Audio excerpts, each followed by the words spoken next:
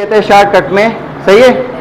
सीवीए is a short form for the cerebrovascular accident, जिसमें हमारे पास दो चीजें हैं, स्ट्रोक है एंड ब्रेन अटैक भी इसको कहते हैं। स्ट्रोक क्या है? What is stroke? Stroke is the cerebrovascular और सीवीए, और ब्रेन अटैक क्या है? Is the onset and persistence of neurological dysfunction. क्या है? परसिस्टेंस या न्यूरोलॉजिकल, आप जस्ट स्टॉप कर लो, आप स्टार्ट। सेरेब्रोवेस्कुलर एक्सीडेंट हमारे पास जिसमें स्ट्रोक ब्रेन अटैक है, वो क्या चीज है जिसको हम शॉर्ट फॉर्म में हम सीवीए कहते हैं। और brain attack is the onset of persistence of neurological dysfunction. जो हमारे पास क्या है, न्यूरोलॉजिकल डिस्फंक्शन है, वो किसकी वजह से? Resulting from the disruption of blood supply to the brain and indicates infarction rather than ischaemia. हमारे पास दो कंडीशन है, व्हाट इज एस्कीमिया, इंफार्क्शन।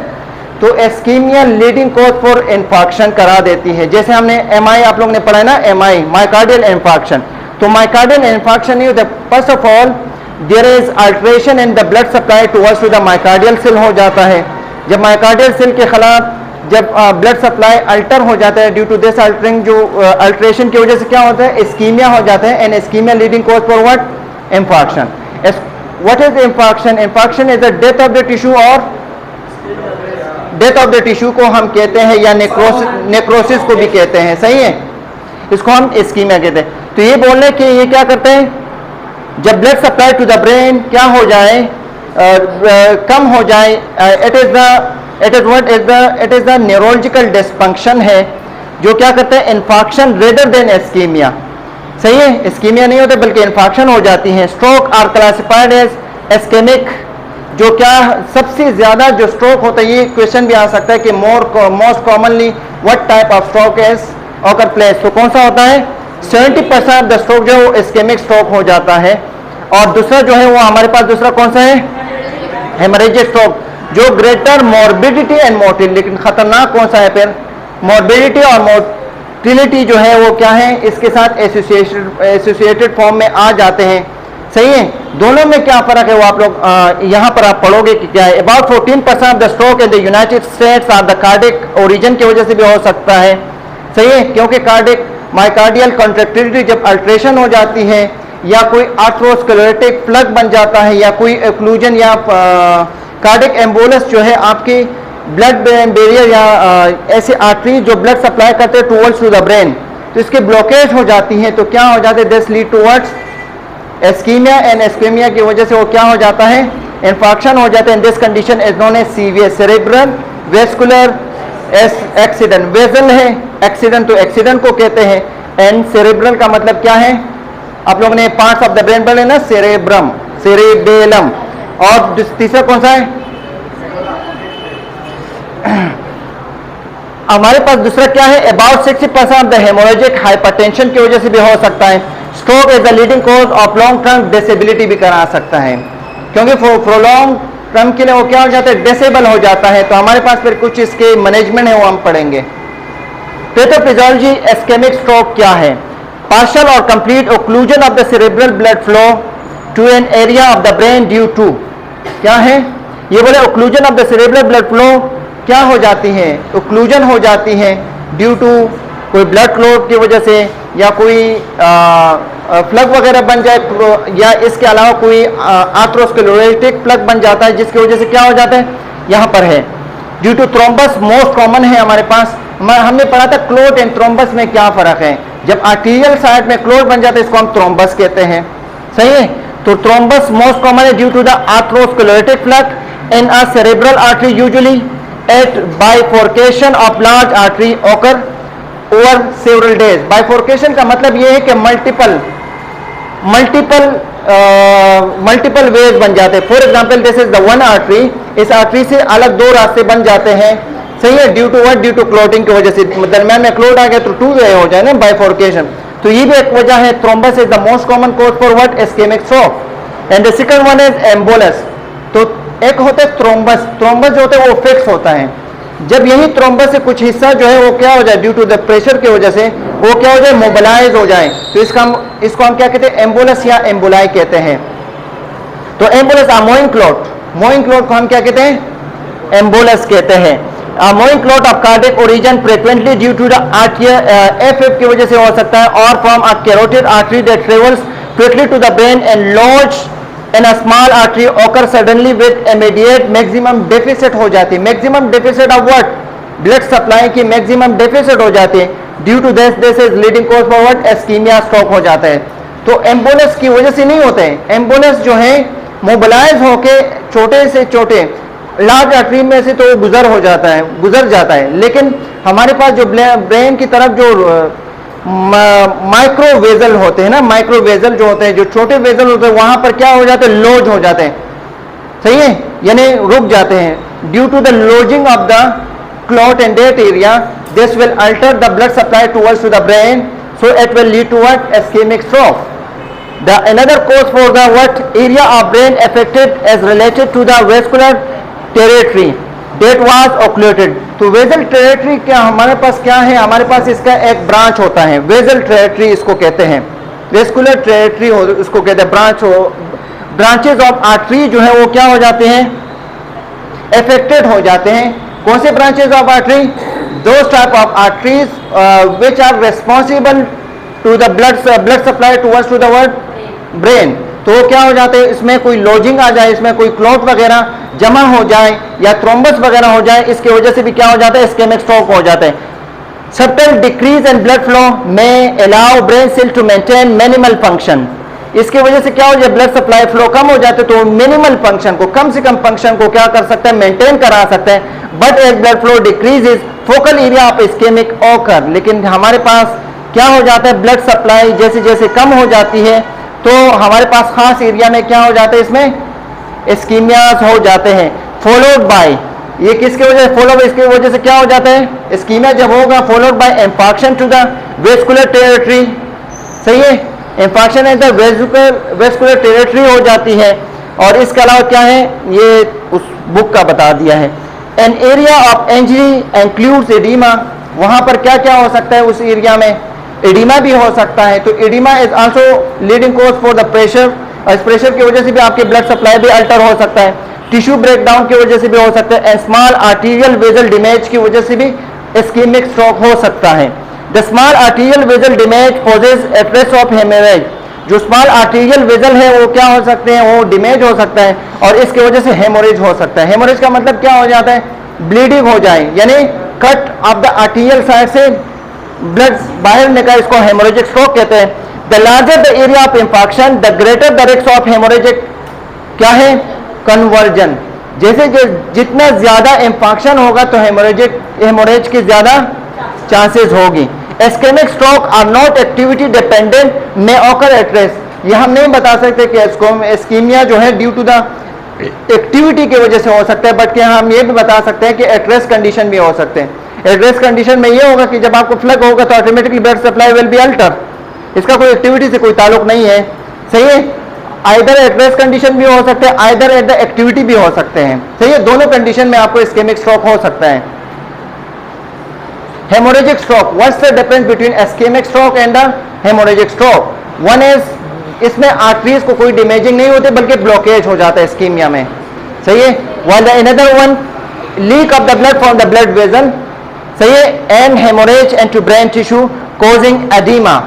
क्या हो जाता है? जब हेमोरेज हो जाता है, blood supply in the brain tissue area में क्या हो जाता है? ब्लड जो है वो लीक हो जाता है, जिसकी वजह से क्या होगा? एडिमा होगा। Compression of the brain tissue हो जाती है, एडिमा होगा तो कंप्रेस हो जाएगा ना। और spasm of the adjacent blood vessel की क्या हो जाती है? स्पासिसिटी हो जाती है। मे ऑकर आउटसाइड द ड्यूरा, हमारे पास जो ब्रेन के हिस्से होते हैं ये ड्यूरा के एक्स्ट्रा ड्यूरल भी हो सकता है ये हेमोरेज।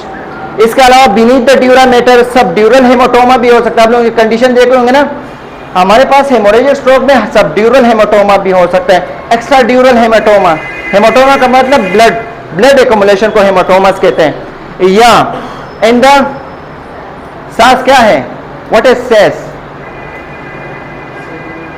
हाँ, subarachnoid space, subarachnoid space और within the brain substance intracerebral भी हो सकता है। सही है, सेरेब्रल के अंदर। तो हमारे पास देख लो कि हमारे पास हेमोरेजिक स्ट्रोक जो है इसके बहुत एक्स्ट्रा ड्यूरल है। मोस्ट कॉमन जो है हमने जब हॉस्पिटल साइड में देखे एमआरआई में, वो क्या होता है, subdural haematoma. The patient is come with the subdural haematoma.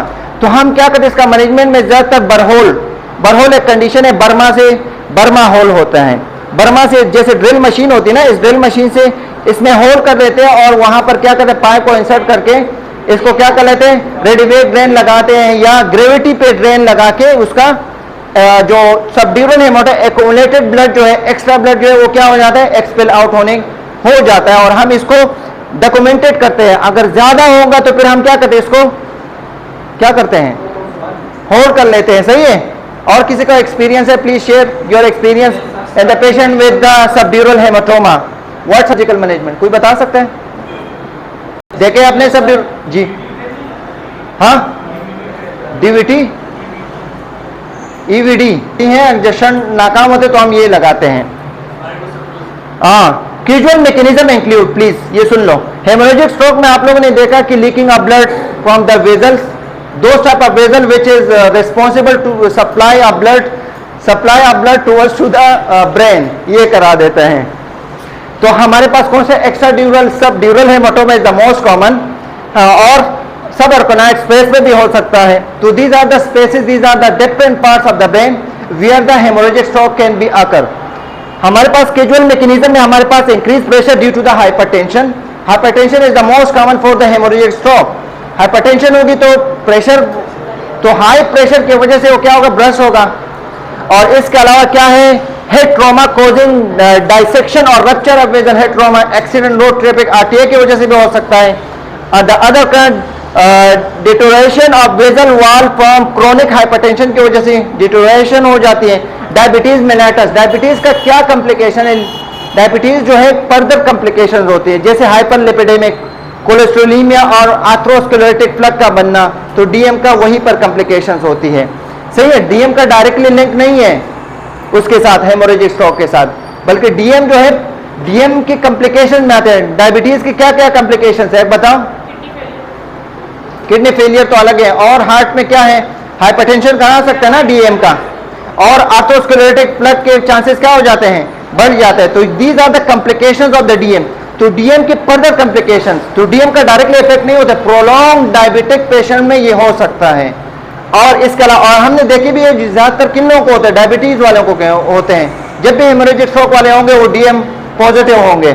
सही है। और कोकेन यूज वाले कौन से होते हैं? सही है, सही है, कोकेन इसमें भी होते हैं। सही है, तार एंड कोकेन इसमें ही होते हैं। सिगरेट स्मोकिंग, क्यों, what are the link of the smoking with the haemorrhagic stroke? Haemorrhagic stroke का क्या लिंक है? हेमोरेजिक स्ट्रोक का ये लिंक है, को प्लेटलेट्स एग्रीगेशन को क्या करना देते हैं, बढ़ा देती है। जब प्लेटलेट्स एग्रीगेशन बढ़ाएगा तो चांसेस ऑफ थ्रोम्बस फॉर्मेशन बढ़ेगा। जब थ्रोम्बस फॉर्मेशन बढ़ेगा तो आपका थ्रोम्बस जब बनेगा तो क्या होगा, it will lead to hypertension, and hypertension will lead to high pressure at the area of the blood vessels. जब ये प्रेशर बढ़ेगा तो it will lead to rupture of your blood supplier arteries को रप्चर करेगा, and this condition is known as haemorrhagic stroke. ये shortcut मैंने बता दी, पैथोलॉजी। और इसके अलावा क्या है, congenital weakening of blood vessel, पैदाइशी तौर पे कुछ इस वेजल में क्या हो, वीकनिंग हो विद एनोरिज्म और एवीएम। What is AVM? सही है, आर्टेरियोवेनस मेल फॉर्मेशन का मतलब खराब बनना पैदाइशी तौर पे। और इसके अलावा एनोरिज्म किसे कहते हैं? इंट्राक्रेनियल हेमोरेज जो है वो क्या है, becomes a space occupying lesion. हमारे पास स्पेस ऑक्युपाइंग लीजन का मतलब क्या है, what's mean by this, within the skull and compromises brain function. हमारे पास क्या होता है, द इंट्राक्रेनियल हेमोरेज की वजह से स्पेस ऑक्युपाइंग लीजन हो जाते हैं, एक लीजन बन जाता है। और स्पेस ऑक्युपाइंग लीजन को हम एमआरआई में और सीटी स्कैन में फाइंड करते हैं। सही है, लीजन, स्पेस ऑक्युपाइंग लीजन का मतलब है एक जख्म बना हुआ है जिसने इस जख्म ने इस जगह को क्या ऑक्युपाई किया है, इसी वजह से हम इसको क्या कहते हैं, स्पेस ऑक्युपाइंग लीजन। सही है, तो स्पेस ऑक्युपाइंग लीजन हमें ऐसे पता नहीं चलता है बाय पल्पेशन और परकशन, बल्कि हम क्या करते हैं, बाय द एमआरआई और CT scan we can find it the patient is having what, space occupying lesion. सही है, तो ये क्या करते हैं, तो स्पेस ऑक्युपाइंग लीजन की वजह से भी क्या हो जाती है, इंट्राक्रेनियल हेमोरेज जो है वो ये करा सकता है। और the mass effect causes pressure on the brain tissue, कोई मास वगैरह बनाओ, ट्यूमर वगैरह, ये भी करा सकता है। और the haemorrhage irritates local brain tissue, जो हेमोरेज हुआ होता है वो क्या करते हैं, लोकल ब्रेन टिश्यू जो इसके साथ मिले हुए टिश्यू होते हैं, इर्द गिर्द के टिश्यू होते हैं, वो क्या करते हैं, इसको इरिटेट करा सकता है, leading to surrounding focal oedema, इसकी वजह से सराउंडिंग पोकल एडिमा भी करा सकता है। और SAH का मतलब सब ऑर्गेनाइड हेमोरेज भी करा सकता है।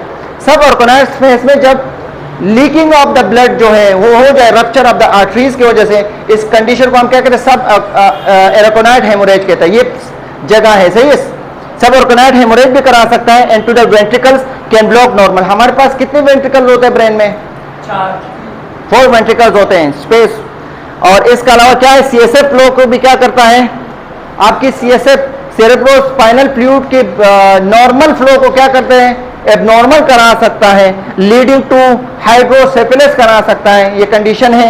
हाइड्रोसेफेलस किसकी वजह से होता है? Due to the sub ऑर्गेनाइड haemorrhage की वजह से, क्योंकि वहां पर ब्लड क्या हो गए, लीकिंग आउट हो जाएंगे। This will lead to alter the CSF cerebrospinal fluid के जो फ्लो है इसको अल्टरेशन करा सकते हैं। फिर जब अल्टर होगा तो CSF फ्लो क्या होगा, वहां पर एक्यूमुलेट होगा सब ऑर्गेनाइड लीजन में। This condition will lead to hydrocephalus. Hydro का मतलब क्या है, पानी भरना हम बोलते हैं ना, सेफेलस बड़ा बड़ा सर होता है। तो इसके लिए हम फिर क्या करते हैं, क्रेनोटमी वगैरह करते हैं और या VP शंट लगाते हैं, सही, हाइड्रोसेफेलस कंडीशन में। और ज्यादातर ये बच्चों में ज्यादातर चांसेस होती हैं। और हम हाइड्रोसेफेलस को किस बेस पे हम डायग्नोज करते हैं, on the base of CSF lumbar picture करा देते हैं और इसका लेवल देखते हैं। लेवल बढ़ रहा हो या क्या हो रहा हो तो हम इस कंडीशन में हम फाइंड करते हैं the patient is having what, hydrocephalus कहते हैं। Haemorrhage commonly occur suddenly while a person is active. Haemorrhage कब हो सकता है, हेमोरेज क्या हो सकता है, occur suddenly while a person is active. Haemorrhage एकदम भी हो सकता है, कोई लाजिमी नहीं है, सही, एक्टिव होता है, बातचीत कर रहा होता है और एकदम हम बोलते हैं खाना खा रहा था बस इस तरह हो गया, तो हेमोरेज एकदम भी हो सकता है, सही है। Clinical manifestation, what are the signs symptom, how you will identify that this patient is having stroke. क्या करें, clinical manifestation vary depending on the vessel affected and the cerebral territories it perfuses. Cerebral territory इसको कहते हैं वो type of arteries या vessel है जो blood supply करते हैं किसको, ब्रेन को। हर जगह की अलग अलग टेरिटरीज होती हैं, तो सेरेब्रल का मतलब है ब्रेन वाली।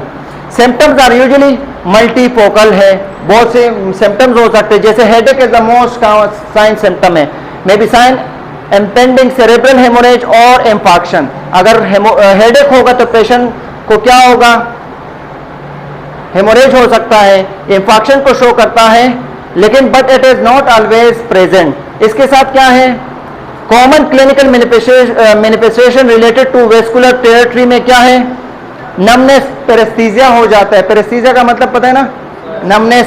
पेशेंट को असेसमेंट करते हैं वाइल डूइंग व्हाट, पल्पेशन के जरिए हम पेशेंट को पेरेस्थीजिया होगा, वीकनेस होगी, पेरेसिस कहते हैं इसको। ये प्लीज ये देख लेना, ये आएगा व्हाट्स मीन बाय पेरेस्थीसिस। कंडीशन हो गया 45 मेल है, 45 ईयर्स ओल्ड मेल है with this is condition, or patient is complaining, patient is showing as numbness in their hands or legs or bilateral or quadrilateral, तो हम क्या कहें, this condition is known as paraesthesia, सही है। और फिर ये कहते हैं कि जनरलाइज वीकनेस को हम क्या कहते हैं, पेरेसिस कहते हैं। और loss of motor ability is known as plegia, ये आ सकता है, प्लीज इसको कर लेना। On one side of the body में हो सकता है, one side of the body ज्यादातर हो सकते हैं। अगर राइट साइड हो जाता है तो फिर कौन सा, लेफ्ट साइड, सही है। अगर लेफ्ट होगा तो फिर तो ये इस किस्म की ये चीजें आप लोगों को, सही है। एक डिफिकल्टी इन स्वॉलिंग, डिस्पीजिया भी हो सकता है while patient is having what, dysphasia होगा तो हम ये आइडेंटिफाई कर सकते हैं कि द पेशेंट मे बी और मे बी नॉट, प्रोबेबिलिटी हो सकता है कि स्ट्रोक के वो है। एपीजिया, एपीजिया का मतलब यानी फ्लूइडली वो नहीं बोल सकते हैं, सही है। और नॉन फ्लूएंट और फ्लूएंट ग्लोबली। और visual difficulty of in attention और नेग्लेक्ट, यानी mean lake of acknowledgements. Lake of acknowledgement का मतलब ये है, क्या मतलब, lack of acknowledgement of one side of the sensory field. सही है, एक साइड से उसको सही नजर नहीं आ रहा, एक साइड से सही नजर आता है। सही है। इसके अलावा lose of half of the visual field, यानी क्या है, हेमनोस्फिया कहते हैं, या डबल विजन को डिप्लोपिया कहते हैं, ये भी आ सकता है। आप लोगों ने हो सकता है इलासिस में पढ़ा होगा। या फोटोफोबिया, फोटोफोबिया किसे कहते हैं, लाइट से डर रहे हो। तो these are the sign symptom of what, stroke के साइन क्लिनिकल मैनिफेस्टेशंस हैं। और इसका alter cognitive ability and psychological effect भी हो सकता है। अल्टर कोग्निटिव एबिलिटी का मतलब ये है, क्यों अल्टर कोग्निटिव एबिलिटी किसे कहते हैं प्लीज, हो जाता है कोग्निशन फैक्टर जो इसका जहनी तौर पे वो आपको सही जवाब नहीं दे सकता है, इसको कुछ याद भी नहीं, तो अल्टर कोग्निशन लेवल और सेल्फ केयर डिफिसिट हो जाती हैं। सेल्फ केयर डिफिसिट का मतलब the person is unable to do their own work. तो सेल्फ केयर डिफिसिट का हम क्या करते हैं, एक एनसीपी भी बनाते हैं। सही है, आगे जाओ प्लीज। डायग्नोस्टिक एवोल्यूशन में हम कैसे डायग्नोज करते हैं स्ट्रोक को, कैरोटिड अल्ट्रासाउंड करते हैं, this is the most common है to detect carotid stenosis and ischaemic stroke. अगर कोई स्टेनोसिस इस्केमिक स्ट्रोक के लिए करते हैं। वाइल सिटी स्कैन क्या करते हैं, सिटी स्कैन से हम type of stroke ischaemic versus haemorrhagic तो नहीं है, कैसे बनाएंगे। अगर हेमोट्रोमा लाइक पिक्चर हो गए इन द सिटी स्कैन तो हम ये कह सकते हैं the patient is having haemorrhagic stroke. तो हम कैसे बनाएंगे, कैसे पता चलेगा सिटी स्कैन से, हेमोटोमा नजर आएगा तो हम ये बोलेंगे this is ischaemic stroke. Haematoma नजर नहीं आए तो हम ये कहेंगे what is this, ischaemic stroke. सही है। एमआरआई क्या होता है, मैग्नेटिक रेजोनेंस एंजियोग्राफी, और सीटी एंजियोग्राम करा देता है फॉर व्हाट, ये किस लिए हम करते हैं, फॉर स्ट्रोक को फाइंडिंग करने के लिए। Non invasive evolution of cerebral structure and ischaemic stroke के लिए हम करते हैं। वाइल सेरेब्रल एंजियोग्राफी क्या है, ये जो है नॉन इन्वेजिव है, लेकिन ये वाला जो है एंजियोग्राफी जो है ये इन्वेजिव मेथड है। इन्वेजिव का मतलब क्या है, कल बताया था, पेनफुल होता है। नॉन इन्वेजिव नॉन पेनफुल, कोई पेन की जरूरत नहीं, बस तस्वीर लगी ले गई।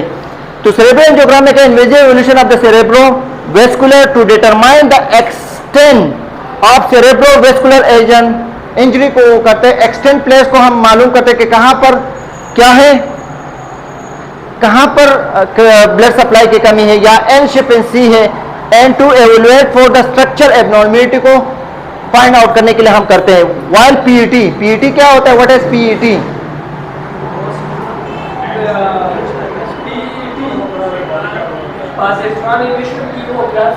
सही है, ये टेमोग्राफी। दूसरा है एमआरआई। एमआरआई हम क्यों करते हैं प्लीज, एमआरआई से भी पता है जी, वेट हमारे पास ये वाला है DWI, तो ये क्या है, MRI weight diffusion weighted imaging. ये हमारे पास, ये हम करते हैं टू लोकलाइज इस्केमिया के लिए, हम क्या करते हैं, लोकलाइज करते हैं, localize ischaemic damage and ischaemic stroke में हम करते हैं। दूसरा क्या है, सीटी परफ्यूजन या MR perfusion, magnetic resonance perfusion करा देते हैं। ये किस लिए करते हैं, provide evolution of cerebral blood flow को हम करा देते हैं, सेरेब्रल ब्लड वॉल्यूम को मालूम करते हैं, और mean transit time to determine the extent of ischemic change, क्या तब्दीली आ रही है वो देखते हैं। दूसरा ये है ट्रांसक्रेनियल डॉपलर, ये क्या है, नॉन इन्वेजिव मेथड है, एक मशीन है। जैसे हमारे पास एक डॉपलर मशीन भी होती है, कोई क्या बोलते हैं, जब हमें आर्टरीज वगैरह फील नहीं होते तो डॉपलर अल्ट्रासाउंड हम करते हैं, हम एज अ नर्स करते हैं, एक मशीन आती है, इसके आवाज़ हमें सुनाई देती है। सही, आर्टरीज जब हम बहुत कोशिश करते हैं, ये हमारे पास पोस्ट ऑपरेटिवली होते हैं। लेकिन ये दूसरा है, ये भी हमारे पास एक मशीन है जो क्या करते हैं, ट्रांसक्रेनियल डॉपलर करता है। ये नॉन इन्वेजिव मेथड है जो सेरेब्रल परफ्यूजन को फाइंड आउट करते हैं। सही है, आगे जाओ प्लीज। और ये बेड साइड पे हो जाता है, इसके लिए कोई सर्जरी या कोई कंसर्न की नीड नहीं होती है। अगला है management. What are the management, हमने डायग्नोसिस कर लिए, किस बेस पे डायग्नोसिस करें, एमआरआई वगैरह, सिटी एंजियोग्राम, और इसके अलावा सिटी स्कैन, ये सब हमने कर दिए। लेकिन हम इसके लिए ट्रीटमेंट मोडिलिटी में हम क्या करेंगे, support vital function maintain, vital function को मेंटेन करना है, जैसे एयरवे, ब्रीथिंग, ऑक्सीजन सर्कुलेशन। क्योंकि हमारे पास स्ट्रोक वाले मशीन वाले पेशेंट जो है, क्लाइंट जो होते हैं, इन लोगों का ब्लड सप्लाई जब अल्टर होता है तो उसका ऑक्सीजनेशन प्रोसेस क्या हो जाती है, खराब हो जाती है। सही, ऑक्सीजन सिचुएशन मेंटेन नहीं कर पाते, हाइपोटेंशन होती है। इन सब चीज़ों को हम क्या करना है, मेंटेन रखना है। ब्रीथिंग प्रोसेस को मेंटेन कर, क्योंकि इसका जीसीएस क्या होगा, अल्टर हो जाता है ना, इसके अलावा एस्ट्यूट न्यूरोलॉजिकल असेसमेंट भी करते हैं। एस्ट्यूट न्यूरोलॉजिकल असेसमेंट जो है क्या है, व्हाट इज दिस? हम देखते हैं नॉर्मल न्यूरोलॉजिकल फंक्शन जिसे हम फाइंडिंग करते हैं कि पेशेंट को क्या है, पेशेंट में क्या डिफिशिएंसी है, कोई नमनेस वगैरह, पेरेस्थीसिया, ये सब चीजें देखते हैं, पेनफुल सेंसेशन वगैरह होती है या नहीं। तो ये जनरल असेसमेंट होती है, लेकिन फर्क ये है कि आपको वो तरीका आ भी रहा हो, mean ability to do this type of assessment, तो इसको हम एस्ट्यूट असेसमेंट कहते हैं। दूसरा है आई फ्लूइड वगैरह करते हैं, जैसे नॉर्मल सलाइन लगाते हैं, able to tolerate oral diet, जब तक टॉलरेशन ना होती है ओरल डाइट तो हम IV saline 100 ml per hour पे या 75, 125 वो कंडीशनल होती हैं, सही है। और इसका ईएफ भी देखते हैं, पेशेंट का अगर फॉर एग्जाम्पल ईएफ कम हो तो फिर क्या करते हैं, कम से कम आई फ्लूइड देते हैं। इसके अलावा maintain BP with in the prescribe parameter में देखते हैं, उसमें लिखा होता है लिमिट बीपी सिस्टोलिक प्रेशर कितना तक रखना है, कितना तक रखते हैं, सही ज्यादा रखते हैं आजकल, और मोर देन ये नॉर्मल जो है हमारे पास मेप जो है मोर देन 65, अगर लेस होता है तो फिर हम क्या करते हैं, something wrong in your body.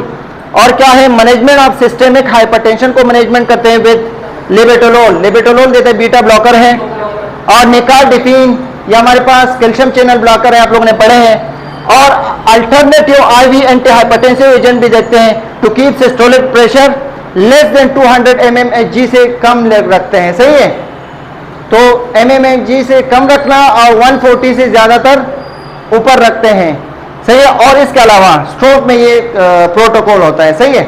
इसके अलावा मैनेजमेंट ऑफ हाइपोटेंशन में जैसे सिस्टोलिक ब्लड प्रेशर जो है गोल जो है हमारे पास ग्रेटर देन 100 होना चाहिए और लेसर देन 200 होना चाहिए, सही है। वेजो प्रेशर एजेंट देते हैं, वेजो प्रेशर जैसे एपिनेफ्रिन, नोर एपिनेफ्रिन का इंफ्यूजन चलाते हैं वेजो प्रेशर, अगर पेशेंट का सिस्टोलिक प्रेशर लेस देन 100 की तरफ आ जाए, हम वेजो प्रेशर इस कंडीशन में देते हैं जब पेशेंट का कार्डियक फेलियर का कंडीशन हो या पेशेंट का ईएफ कम हो, चांसेस ऑफ ओवरलोडिंग के चांसेस हो या एडिमा के चांसेस हो, तो हम क्या करते हैं, वेजो प्रेशर देते ताकि कम दवाई दे, आई फ्लूइड ज्यादा ना दे, और क्या वेजो प्रेशर वेजो कंस्ट्रक्शन करा देता है, सही है।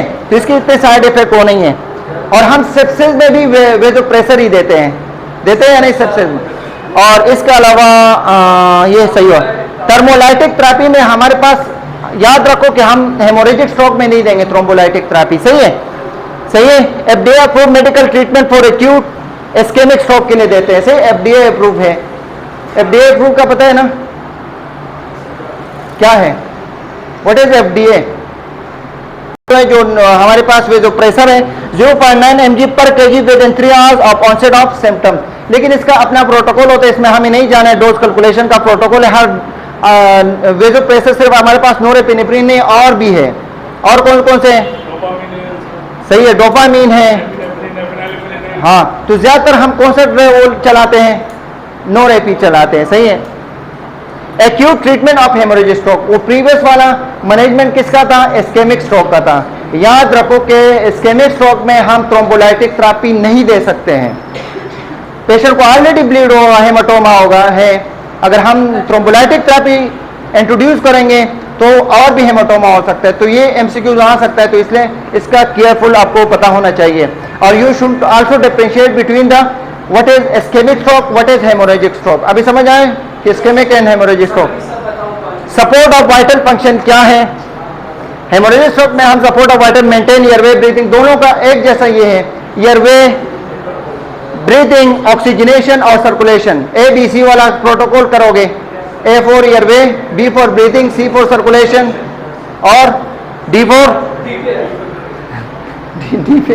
मेंटेन, इसमें है ही नहीं, maintain pulse oximetry. Pulse oximetry का मतलब ये हमारे पास एक मशीन होती है जो क्या करता है, आपका ऑक्सीजनेशन बता देती है। पल्स ऑक्सीमीटर इसको कहता है। अगर ग्रेटर देन 92 से हो, ग्रेटर देन 92 से होना चाहिए, अगर लेसर होगा we should apply the supplemental type of oxygen, सही, हम ऑक्सीजन 2 लीटर पे करेंगे।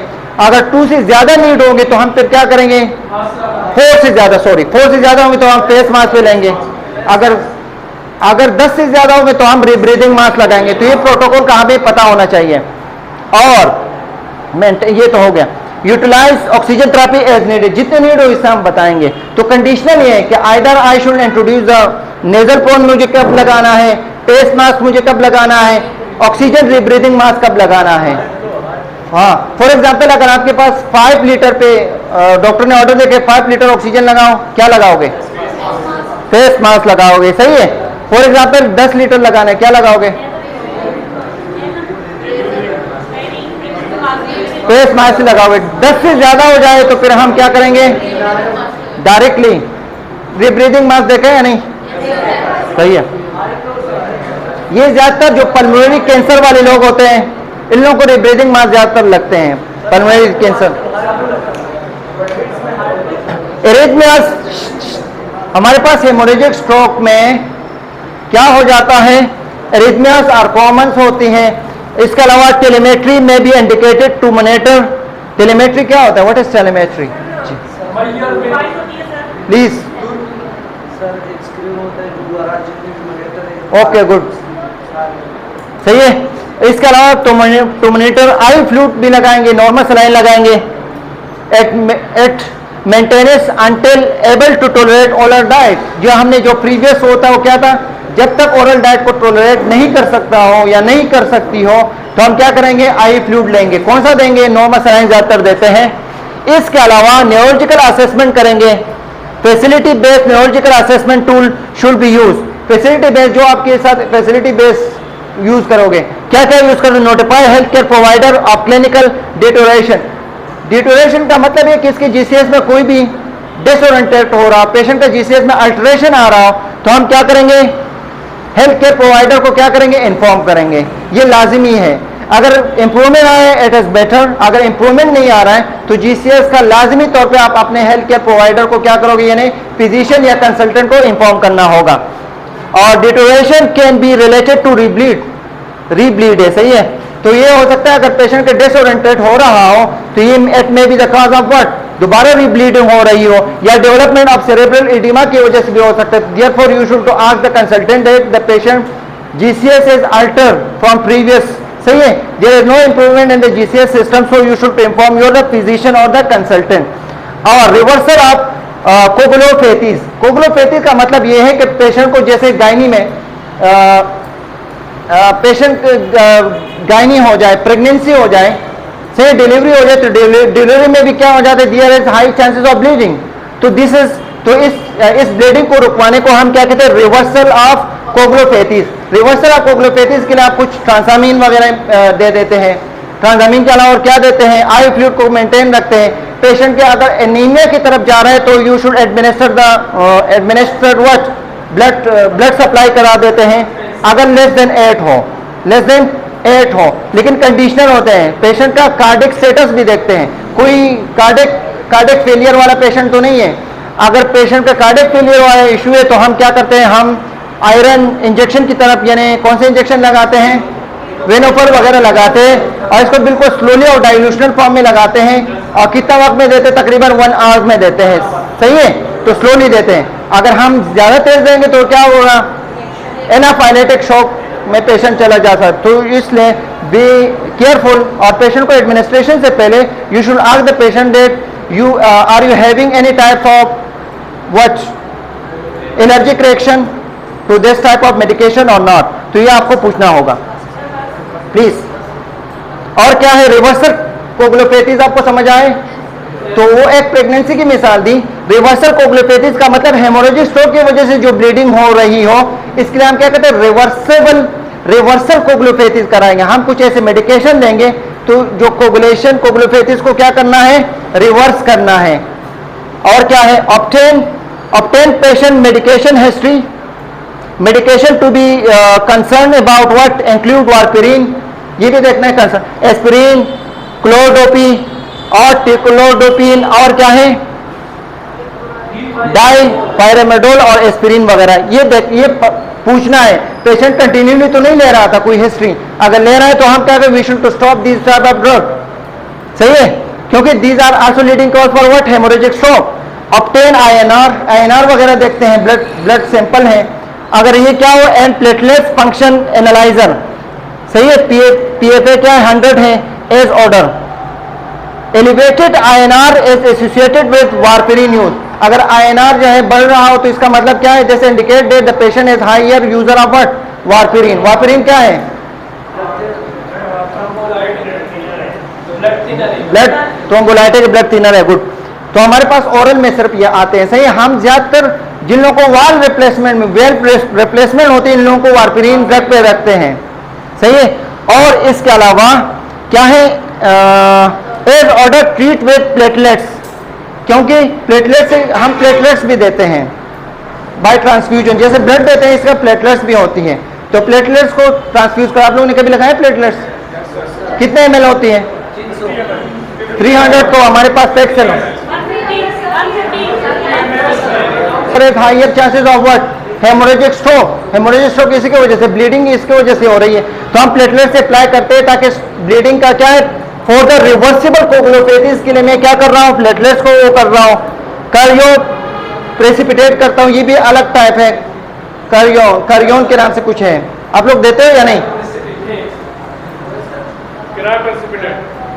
ये देते हैं as for word for the coagulopathy, reversible coagulopathies के लिए देते हैं।